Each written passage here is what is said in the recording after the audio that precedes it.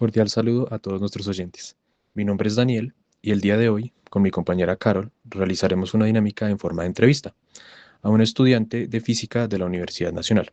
quien actualmente está realizando su tesis sobre cosmología. Bienvenido. ¿Gustas contarnos primero un poco sobre ti? Hola, muy buenos días. Mi nombre es Ángel David Almonacid Díaz. Soy estudiante de pregrado de física de la Universidad Nacional de Colombia. Mi trabajo ahorita de investigación en la física está dividido en dos partes, en dos proyectos.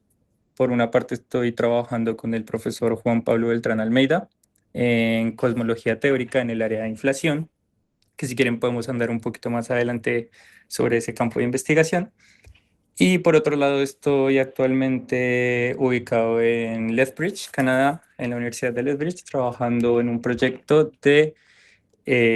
testeo de efectos de gravedad cuántica en experimentos diversos. Mi proyecto actualmente se está enfocando en la detección de efectos de gravedad cuántica en la medición de ondas gravitacionales.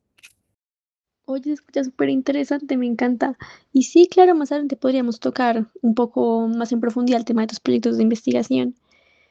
Este, mm, También nos gustaría saber de pronto un poquito, bueno, lo que te motivó a estudiar física, em, y a entrarte justamente en este campo de, bueno, la cosmología y demás. Creo que la principal razón para todas las decisiones por las que me estás preguntando se puede resumir un poco en la curiosidad. Soy un tipo de persona que necesita una alta motivación para mantenerse en un trabajo específico que requiera esfuerzo y disciplina. Entonces, creo que estos temas de la cosmología, cuando entré en física tenía el sueño de dedicarme a agujeros negros, porque es un poco más visual, porque es un poco más, mm, más presente en la divulgación y algo más pictórico, algo que atrae más la atención. Pero una vez fui aprendiendo distintas cosas a lo largo de la carrera, me interesó la cosmología y creo que principalmente es eso. Es un tema que me genera interés, son temas que llaman mi interés y que me permiten dedicarle básicamente mi vida a solucionar o a estudiar estos problemas. Ya que nos hablas de la parte un poco más visual,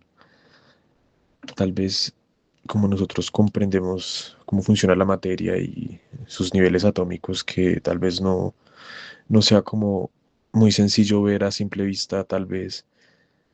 cómo realmente está estructurada la materia. ¿Tú podrías tal vez contarnos cómo se relaciona la mecánica cuántica con la forma en que entendemos la materia a nivel atómico? Ok, pues la mecánica cuántica con la estructura o la materia a nivel atómico, pues básicamente se relacionan en cuanto a que la mecánica cuántica es el modelo más exitoso para describir el comportamiento del universo a esa escala, ¿verdad? Eh, la física clásica falla al intentar describir los fenómenos que vemos a escalas cuánticas o escalas atómicas, como lo puede ser la estabilidad de los átomos, la interacción de los átomos y partículas con la luz, la generación de estructuras macroscópicas, por decir unos efectos, y la física clásica falla. Entonces, la mecánica cuántica entra como un formalismo, como un modelo físico estadístico para describir comportamientos que no se pueden describir con la mecánica newtoniana o con la mecánica lagrangiana, que básicamente son físicas basadas en el conocimiento de la posición y de sus derivadas, es decir, su velocidad y su aceleración. Entonces cambia el esquema. La mecánica cuántica nos da un entendimiento de probabilidad de la dinámica y de las interacciones a escala cuántica que funciona muy bien para los efectos que observamos y que hemos observado por 100 años, sí, aproximadamente un poco más de 100 años. Ok, entonces digamos, en ese entendido, la mecánica cuántica funcionaría como una especie de complemento a la mecánica clásica, ¿sí?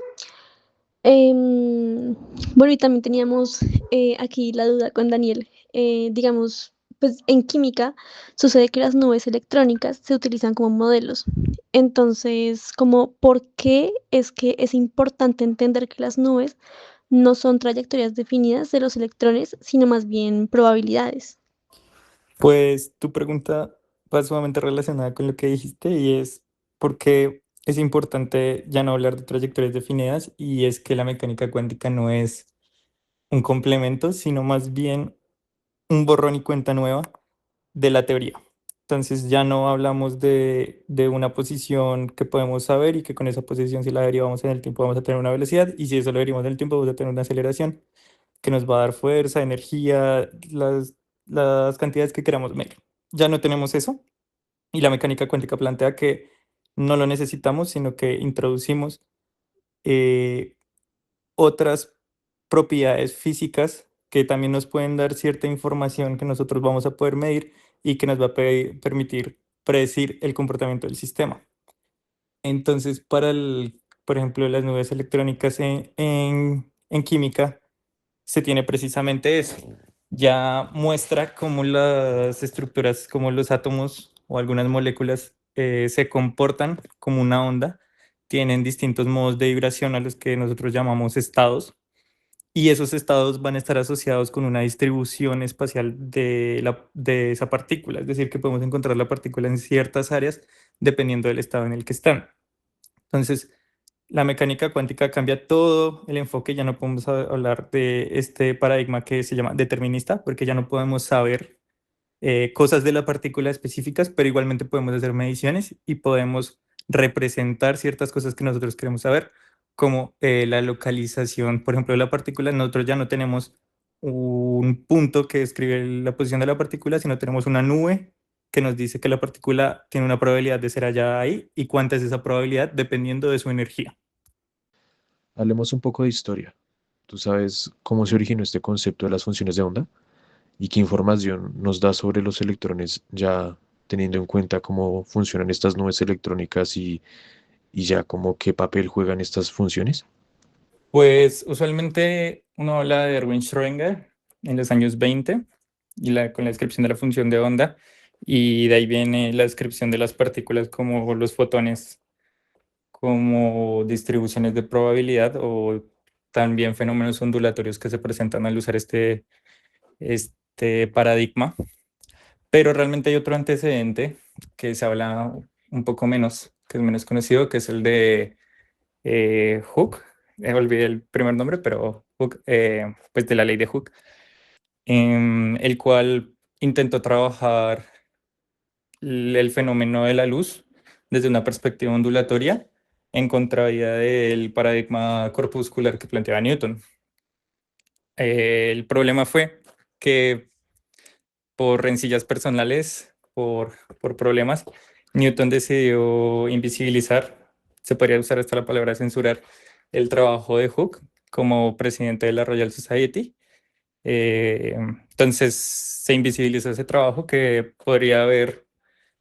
permitido encontrar ciertos fenómenos que encontramos precisamente en los años 20 con Erwin Schrödinger,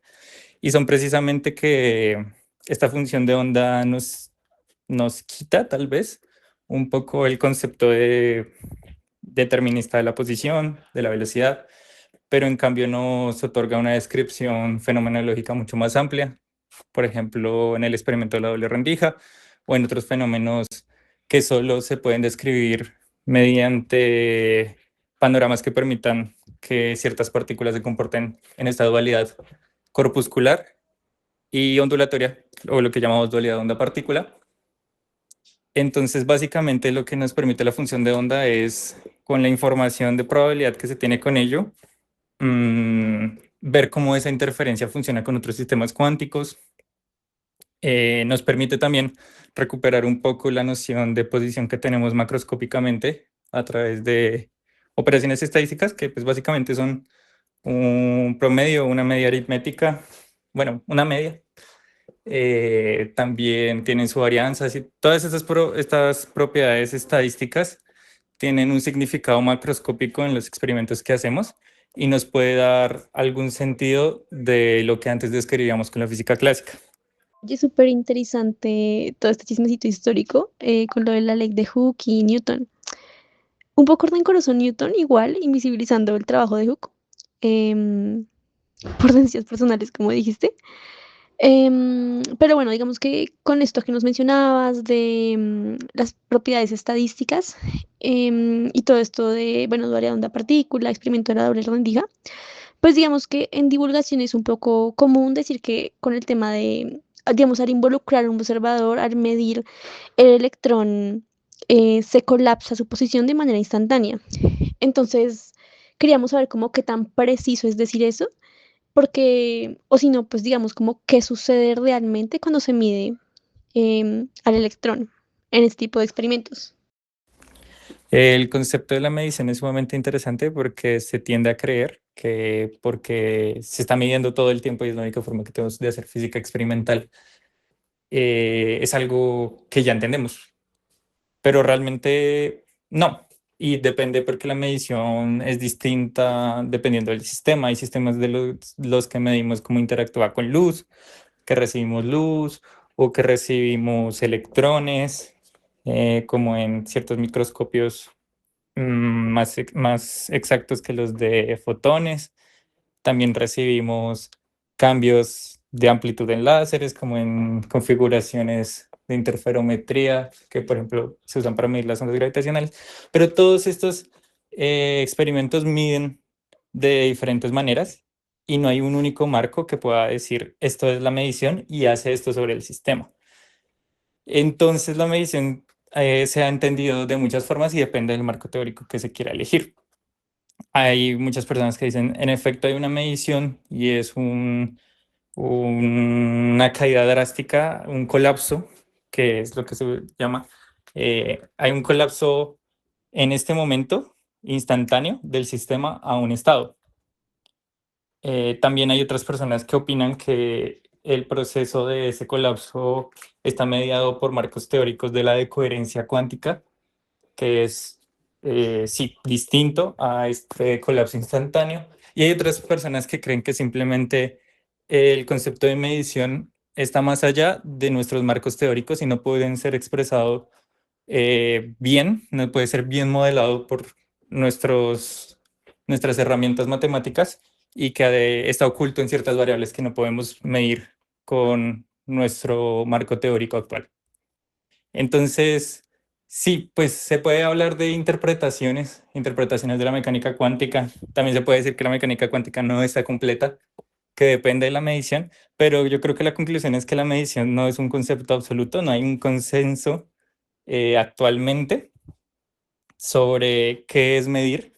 qué pasa cuando uno mide, y es algo que sigue teniendo muchas preguntas y mucho trabajo de fondo para definir qué es medir y qué rol tenemos nosotros como observadores en el universo. Pero digamos, no tiene, o sea, con todo esto no tiene implicaciones un poco serias el tema de que no haya un consenso específico del observador, el papel de la observación y demás. O sea, lo pienso por el papel de la experimentación en una rama, bueno, en un área como la física. No, no sé, no sé qué piensas al respecto. Pues yo creo que se presta para preguntas bastante filosóficas, porque pasa este fenómeno que se ha probado en el que si tú no ves un sistema se comporta totalmente distinto a como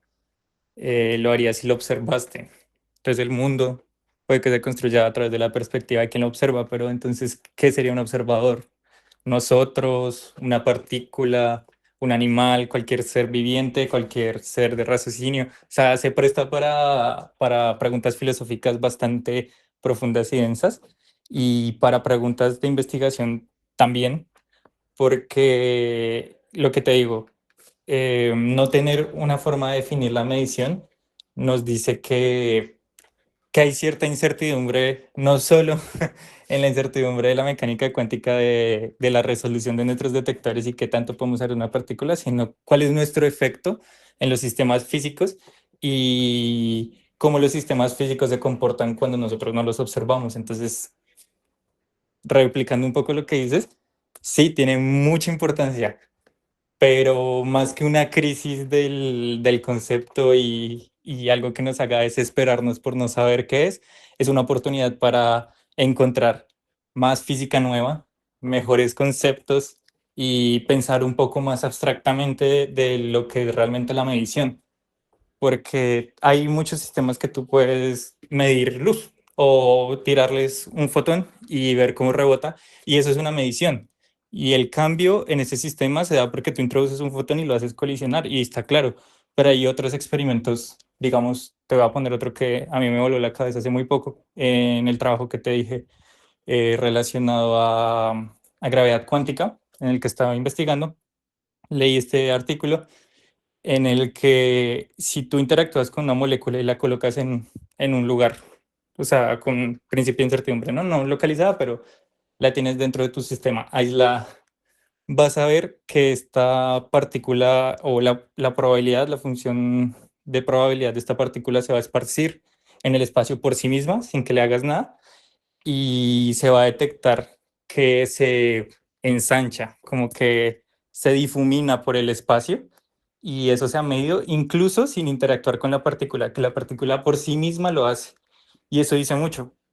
porque no estamos seguros de cómo puede cambiar la física cuando medimos o cuando no medimos, y teniendo en cuenta que cada medición es distinta y que no siempre vamos a estar interactuando tan directamente con el sistema, sino a veces tomamos medidas indirectas, pero es un campo enorme y es una incertidumbre enorme que tiene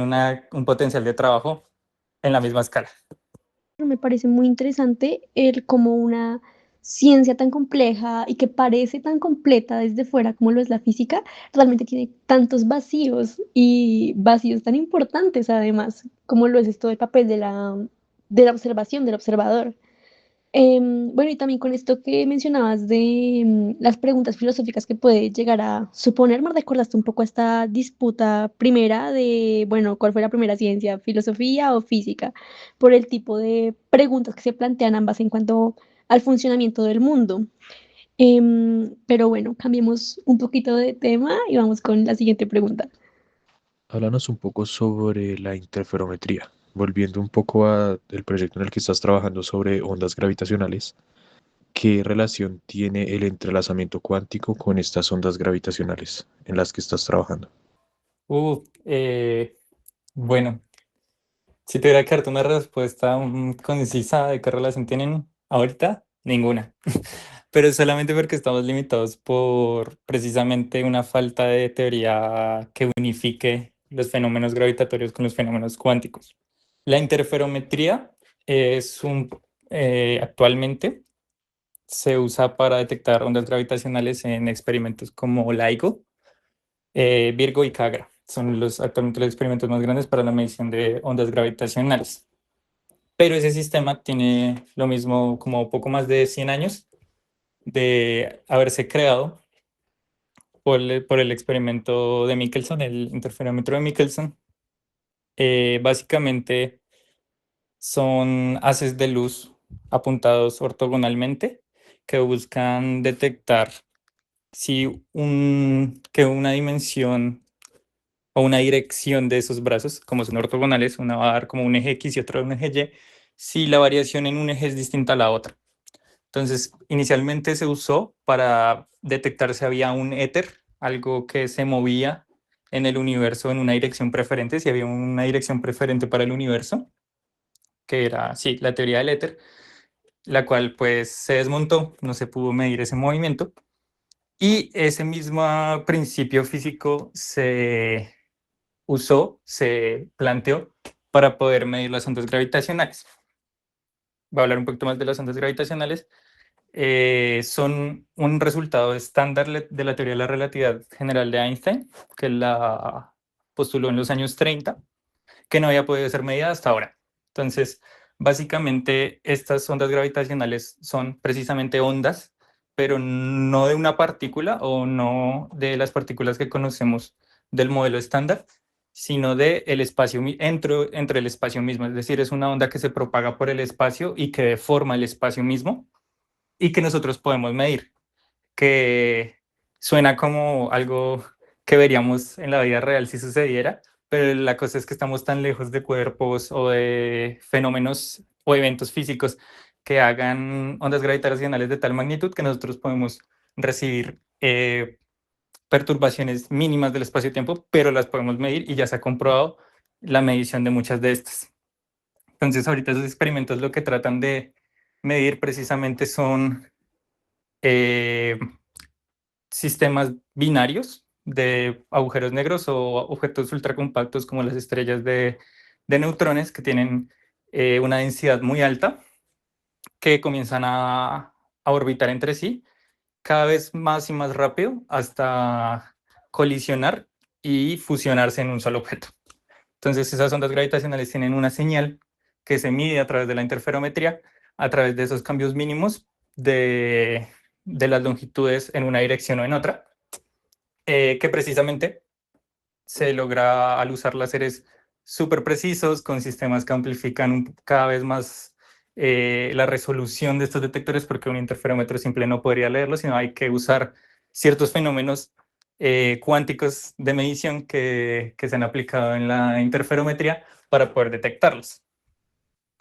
Aquí el entrelazamiento cuántico no entra porque sí, porque no puede todavía relacionarse muy bien las ondas gravitacionales a una partícula como el gravitón que se ha propuesto. No se puede relacionar o no se puede decir que realmente es una partícula porque no se ha demostrado que es así. Yo personalmente creo que estas ondas gravitacionales y el espacio-tiempo mismo es algo muy distinto a las otras interacciones y a las partículas que conocemos. Entonces no puede expresarse como una partícula fundamental del modelo estándar. Pero sí debe tener algún efecto cuántico apreciable a través del, no sé si a través del entrelazamiento, porque el entrelazamiento necesita unas condiciones muy específicas, que ahora voy a explicar un poco más el entrelazamiento. El entrelazamiento es, bueno, se ha hablado mucho de ello en Internet y en divulgación, y yo lo he visto, pero más técnicamente, de los experimentos que yo conozco, es básicamente generar pares de partículas, que pueden ser fotones, por ejemplo, de una misma fuente, y a aplicarles principios fundamentales que conocemos, como la conservación de la energía o el momento, y al aplicarle a esos sistemas teóricamente estos principios, eso nos dice que las propiedades físicas de ellos están vinculadas íntimamente, es decir, cualquier cambio en uno se va a representar instantáneamente en otro porque tienen que conservar las leyes del universo, tienen que conservarlas al instante. Y que hemos visto ahora que esto es correcto, que Einstein se equivocó al decir que esta acción fantasmal no podía ser, pero sí existe. Y actualmente los experimentos han logrado encontrar este entrelazamiento cuántico en sistemas apartados por creo que alrededor de 10 kilómetros. Tengo entendido yo de lo que he leído. El problema es que sí, hace falta una forma de medir estos fenómenos cuánticos relacionados a fenómenos gravitatorios como las ondas gravitacionales, pero tal vez no el entrelazamiento cuántico, y eso es lo que yo estoy buscando o trabajando en este momento, que es qué interacciones en el inicio del universo pueden hacer que nuestras mediciones de las ondas gravitacionales mejoren, que representen un mejor modelo, sean más correctas que la teoría de ondas gravitacionales estándar, que es clásica. Entonces, incluir efectos cuánticos en la producción de estas ondas gravitacionales en el inicio del universo o en eventos que estén sucediendo en el universo y poder medirlos. Básicamente esa es la forma, pero el entrelazamiento cuántico no es uno de estos fenómenos que nos pueda dar mucha información. Bueno, digamos que también ahora que trajiste un poco a colación el tema de la divulgación con esto del entrelazamiento cuántico, también teníamos la duda de, bueno, primero no sé qué tanta divulgación consumas tú siendo como tal un estudiante de pregrado, em, pero teníamos la duda de, bueno, ¿tú qué errores comunes crees que se puedan cometer em, en esta, o digamos, en qué simplificaciones se suele llegar a caer, o qué riesgos de pronto malinterpretar la física puede conllevar la divulgación, digamos, en contextos un poco fuera de la ciencia, por ejemplo, teorías de conspiración, marketing, inclusive quizá en el cine, que a veces hay películas que utilizan conceptos de física y eso es muy interesante. No sé qué opines, qué piensas al respecto. Ok, yo personalmente consumo mucho menos que antes, pero también consumo ahora divulgación científica. Creo que se puede decir que mi primera aproximación a esto efectivamente fueron divulgadores en redes sociales como lo pueden ser, a gusto personal yo recomendaría Quantum Fracture o el robot de Platón, que hablan de estos temas y generan cierta curiosidad. Yo creo que esa fue mi primera aproximación a la física y creo que en cierta parte tengo que agradecerles a ellos por llegar a donde he estado y a donde estoy en este momento, porque sirve mucho para precisamente nutrir un poco la curiosidad de las personas, ahora mismo los futuros investigadores o de simplemente las personas que quieren saber un poco más, que eso siempre es bien apreciable, un esfuerzo enorme para difundir un poco más de la ciencia que ha tenido ciertos baches últimamente en la credibilidad pública, como las teorías de conspiración o los mismos comportamientos que usan estos conceptos físicos para sostener modelos de negocio poco honestos, como la sanación cuántica, tú mismo lo dijiste, o modelos de negocio astrológicos, espirituales, que buscan como explotar esa mística que tienen los conceptos cuánticos a favor del dinero de ciertas personas y pues de engañar. Creo que eso pues es uno de los problemas, pero me parece que la divulgación científica cumple el rol que tiene, que es tratar superficialmente esos conceptos, porque no podemos esperar que sean exactos, pero sí que exploten un poco esa primera curiosidad, esas primeras ganas de conocer, que ahora mismo se ve otro fenómeno en Internet, que es que la gente cree que realmente sabe de estos temas por haberlos visto en divulgación científica, y eso yo creo que pues es algo que va a pasar en la sociedad que tenemos, se haga bien o se haga mal la divulgación, la gente va a tender a creer eso y no sé si lo llamaría algo incorrecto, porque es lo que va a pasar, hay que vivir con las consecuencias de eso, pero me parece que la labor de divulgar, por lo menos en mí, se puede ver que se materializó en un investigador y eso me parece sumamente importante para la sociedad actual. Sobre todo, ya yendo a la otra pregunta sobre los peligros que tiene esta especulación, este marketing sobre la física, me parece que hay un comportamiento que se ha generalizado en la investigación, que precisamente se busca apoyar ciertas ideas o mercantilizar un poco la academia en pro a tecnologías no tan confiables o no tan seguras. Me voy a referir como a casos muy específicos, lo podemos ver con la inteligencia artificial. Se ha gastado un montón de dinero, un montón de investigación, un montón de recursos públicos, privados, de lo que sea, para investigar y hacer más eficiente este trabajo que realmente no sabemos si está correspondiendo, retribuyendo algo a la sociedad actualmente y desplazando investigaciones que pueden solucionar ciertos problemas como lo son los fenómenos climáticos, la falta de agua, por ejemplo, que nosotros tenemos en Colombia, muchas problemáticas que pueden ser resueltas desde otras ciencias y desde la física misma han sido invisibilizadas por seguir esta especulación de mercado sobre la academia. Entonces, yo creo que eso es uno de los más grandes peligros que tenemos ahora mismo en relación al marketing dentro de la ciencia. Lo primero, para sintetizarlo un poco, creo que sería como esto de la responsabilidad del consumidor frente a la divulgación que consume y también cómo se comporta al respecto, ¿sí? Pero sí tiene razón en que no se puede esperar tampoco en que sea 100% exacta, porque a fin de cuentas divulgación es hacer esos conocimientos un poco más asequibles para la gente. Bueno, y con lo segundo del comportamiento de la investigación, me hiciste pensar un poco en esos proyectos actuales de, como relacionados al tema de la Luna, y digamos con el boom que hubo ahorita con esta misión de Artemis 2. Sí, pensaba también un poco en esos proyectos de SpaceX respecto a bases en la Luna y este tipo de cosas. De hecho, suenan bastante futuristas, pero hoy día se ven un poco más cercanos. Bueno, David, realmente agradecemos que nos hayas podido regalar ese espacio. Ha sido una entrevista realmente interesante, muy provechosa en cuanto a los temas de divulgación, que es la verdadera intención de esta charla. Esto es un trabajo para la Universidad Nacional y me gustaría mencionar como comentario final en cuanto al aspecto de los riesgos de la divulgación. Este tema que mencionas sobre las nuevas tecnologías que se están llevando así como en la investigación, que es el caso de la inteligencia artificial, ya que invertir tanto en este tipo de tecnologías que se llevan por medio de, como mencionas, a esa especulación de mercado actual sobre lo que realmente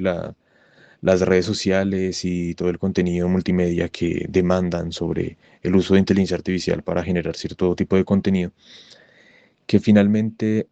esta inteligencia artificial así se use bastante para este tipo de avances en cuanto a esta especie de pseudo arte o este tipo de contenido que genera la inteligencia artificial, también se puede utilizar como cierta herramienta para, en caso de la ingeniería, ahondar en los objetivos de desarrollo sostenible, que son una parte fundamental para que realmente podamos vivir en un mundo más próspero, que finalmente es lo que la inteligencia artificial está aportando en cuanto a temas de ingeniería, a poder generar ciertos gemelos digitales, ciertas simulaciones que al final nos lleven a ciertas soluciones que nos faciliten poder llegar a cumplir estos 17 Objetivos de Desarrollo Sostenible que planteó la ONU en el año 2015. Entonces, como menciono, es que realmente entre estos objetivos hay algunos que están relacionados con el tema del agua y la sanidad, que al final, pues realmente la inteligencia artificial pues también utiliza estos recursos, como mencionas, pueden ser privados o públicos, como el agua, y se está llevando como ese tipo de, de, sí, como de competencia de que al final la inteligencia artificial requiere de estos recursos, pero también funciona como una herramienta para tratar de buscar soluciones a facilitar que estos recursos lleguen realmente a toda la sociedad. Entonces, sí, es como también como un llamado a nuestros oyentes a que realmente se informen, se interesen en la divulgación científica, en que tal vez ahorita en este mundo en el que vivimos, en redes sociales, en todo este contenido que se genera así por montones y que ya es como imposible como salir de eso, porque también como me gustaría mencionar, es como que considero que la inteligencia artificial y ese tipo de cosas no tienen como un retorno, o sea, al final es como una herramienta que, que se estableció, que ya es parte de nuestro vivir común, entonces realmente no hay como algo que podamos hacer al respecto. Entonces, más allá de eso, es como esa invitación a buscar la divulgación y así como David, pueden buscar como ese tipo de inspiración en este tipo de contenido para al final encontrar ese tipo de camino de que así como él menciona, finalmente la divulgación ha llevado a que él ahorita se esté formando como investigador. Entonces ya, esto es como el podcast el día de hoy, la entrevista. Y pues agradecemos nuevamente a David a que nos haya regalado este espacio para divulgación en la Universidad Nacional de Colombia. Muchas gracias.